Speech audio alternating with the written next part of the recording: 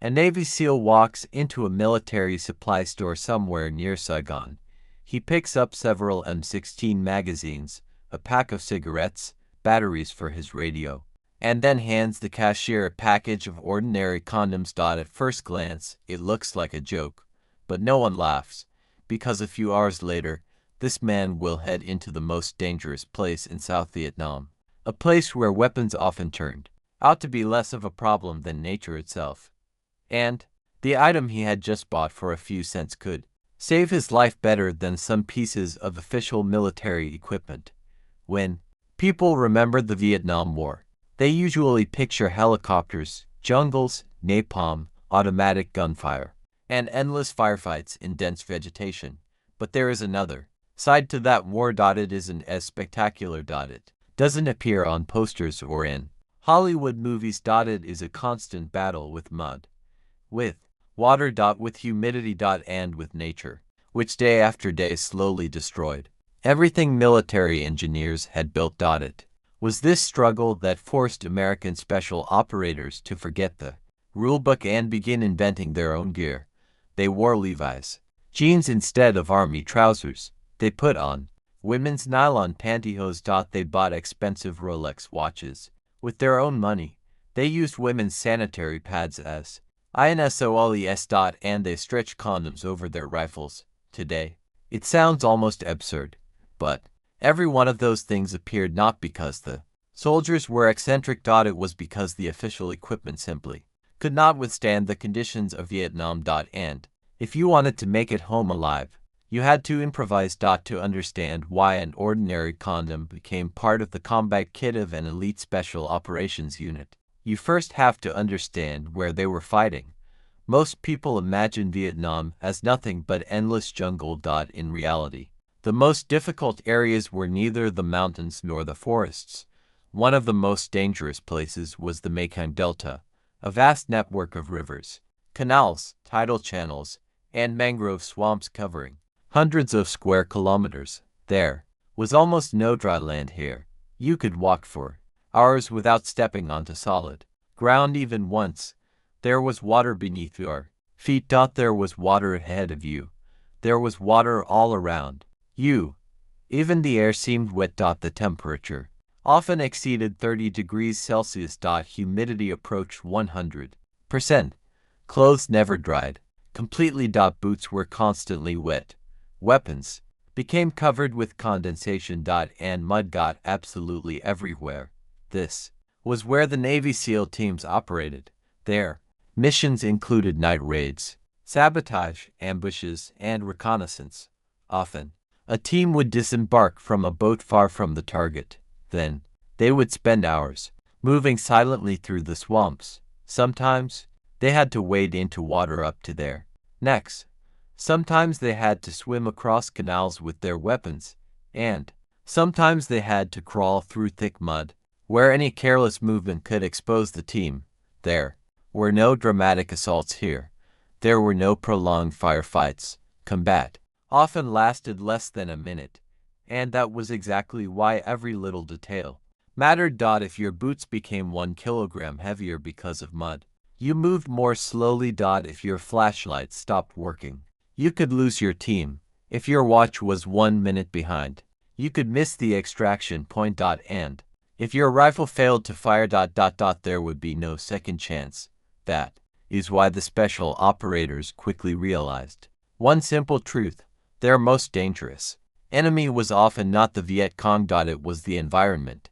And that environment kept finding new ways to disable even the most expensive American equipment.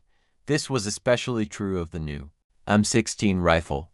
When it was first issued on a large scale in Vietnam, it looked like a genuine technological breakthrough. Lightweight, compact, comfortable, far more modern than the older battle rifles. It fired rapidly, had relatively light recoil, and allowed soldiers to carry more ammunition on the firing range. Everything looked almost perfect, but a firing range is not the Mekong Delta. In a laboratory, a weapon doesn't fall into swamp sludge. It isn't submerged in water every day. It doesn't spend hours lying beneath torrential tropical rain. It doesn't collect mangrove mud inside it. In real combat conditions, it quickly became clear that the new system was extremely sensitive to contamination. Any water, any sand, any piece of mud, any of it could turn a modern weapon into an expensive piece of scrap metal. For an ordinary marksman on the firing range, that was an inconvenience. For a Navy SEAL, it meant death. During a raid, a team could remain completely undetected for hours. They approached the enemy from almost point-blank range. The first shot had to decide everything. It was that shot that created the advantage. It was that shot that gave them a chance to break out of an encirclement. It was that shot that determined who would still be alive a few seconds later. That is why any weapon malfunction was a catastrophe. And very soon, the special operators encountered a problem that the engineers who designed the M16 had hardly considered. After yet another crossing of a canal, water would get inside the barrel.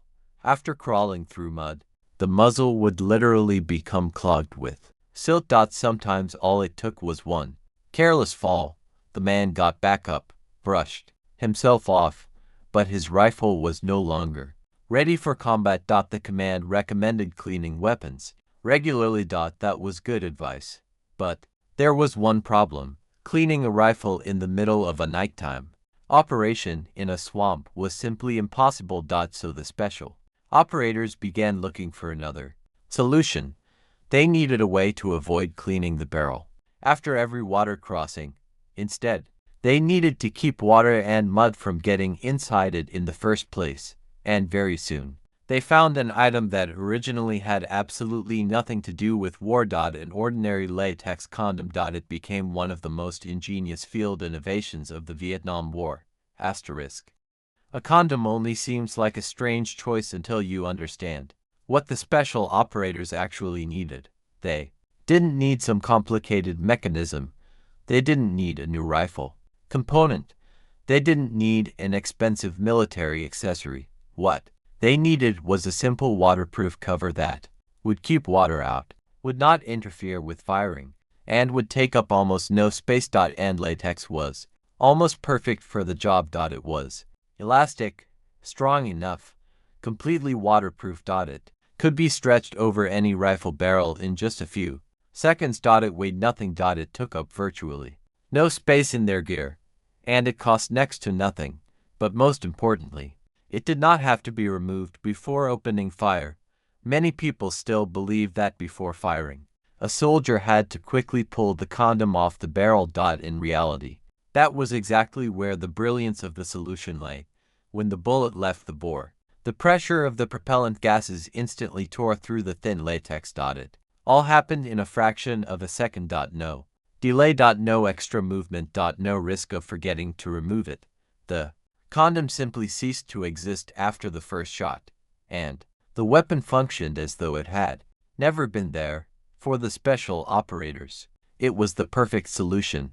They could swim across canals, crawl through swamps, submerge themselves in water. And remain confident that not a single drop would get inside the barrel. Today, it seems obvious, but back then, it was field ingenuity. Not an engineer's solution, not the result of years of testing, just a simple idea from men who risked their lives every day. That was how most improvements in Vietnam worked. First, someone found a solution, then it saved lives. After that, other units learned about it. And within a few months, almost everyone operating under the same conditions was using the new technique. In the jungle, there was no time to wait for Washington to conduct trials. There was no time to write official recommendations. If something worked today, by tomorrow it had already become an unwritten rule. That is why the story of the condom quickly spread far beyond a single unit. Reconnaissance teams adopted it. Special forces. Patrols. Infantrymen. Anyone who regularly had to cross water. Because every one of them understood one simple fact. In combat, a weapon has only one simple job. To fire. If it fails to do that, nothing else matters anymore.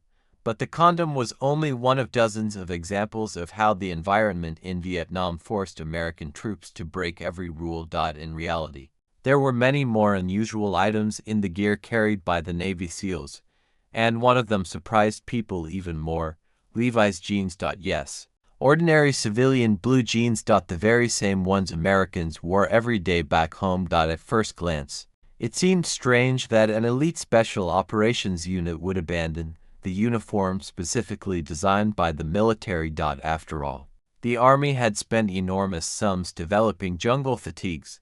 They had large pockets, lightweight fabric, a specialized cut.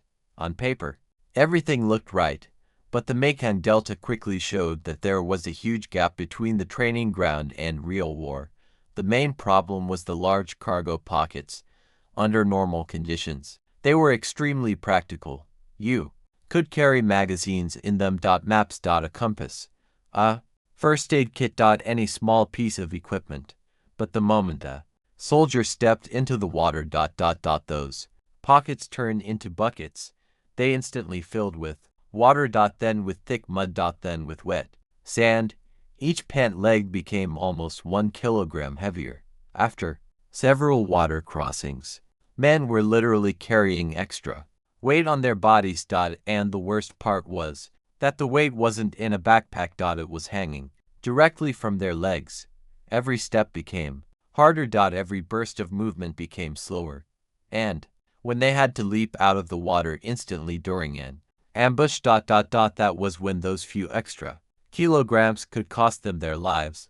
The Navy SEALs quickly realized that they needed an entirely different type of trousers, without huge pockets. Without folds, without a baggy cut. And the solution was waiting for them, not in a military warehouse, but in an ordinary American store. Levi's 501. And later, the Levi's 505. Those two models became almost legendary among the units fighting in the Delta. The jeans fit tightly around the legs. The pockets were small. They hardly retained any water. When a soldier climbed out of a canal, the water simply drained away. Mud did not accumulate. His legs remained much lighter. But there was another advantage. Mangrove thickets and the so-called elephant grass were a true nightmare. Their leaves had extremely sharp edges. They literally sliced through the lightweight fabric of Army uniforms. After only a few raids, the trousers were reduced to rags, but heavy denim withstood all of that much better. And so jeans, originally designed for American miners and cowboys, unexpectedly became one of the best pieces of equipment for the Vietnam War. Veterans later recalled that you could often recognize a Navy SEAL from a distance. He wasn't wearing regulation trousers. He was wearing worn-out Levi's, and that became a kind of mark of a professional. If a man had abandoned the official uniform, it meant he had already learned one simple truth. In Vietnam, the one who survives is not the one who wears what he is ordered to wear. It is the one who wears what works. And before long, the special operators found yet another unexpected item that proved to be almost as useful as a condom stretched over the barrel. This time, they began buying women's single quotes as nylon pantyhose. Asterisk. This was probably one of the strangest items you could find in the gear of an American special operator. If someone had seen it back home in the United States, they would have thought it was some kind of joke. But in Vietnam, no one was laughing, because there was another problem there that is rarely mentioned in movies. Leeches. And not the small leeches you might encounter in the woods after a rainstorm. The tropical leeches of the Mekong Delta were something entirely different. They literally waited for a person to step into the water. They reacted to body heat. To vibrations. To movement. And the moment a soldier crossed a flooded area, dozens of these creatures would begin crawling toward him. Army trousers were no obstacle to them. They easily slipped through the wide cuffs, crawled beneath the fabric, made their way higher and higher. And then attached themselves in places where a man often could not even notice them right away. After a raid lasting several hours, a soldier might discover dozens of leeches on his body. They did more than just suck blood. They left open wounds. In the tropical heat, even a small cut could quickly become infected, and any infection in the jungle meant that a soldier was out of action. Once again, the army had no ready-made solution. And once again, the special operators found one themselves. They began wearing ordinary women's nylon pantyhose underneath their jeans. It sounds ridiculous. Until you understand how nylon worked. Its fibers were so tightly woven that leeches could not bite through them. Its smooth surface gave them nothing to grip, and the snug fit against the skin eliminated all the gaps through which they normally crawled under clothing. As a result, the problem virtually disappeared. What military engineers had been unable to solve for years was solved with a pair of women's pantyhose. That was the reality of the Vietnam War. It constantly shattered assumptions about what military equipment should look like.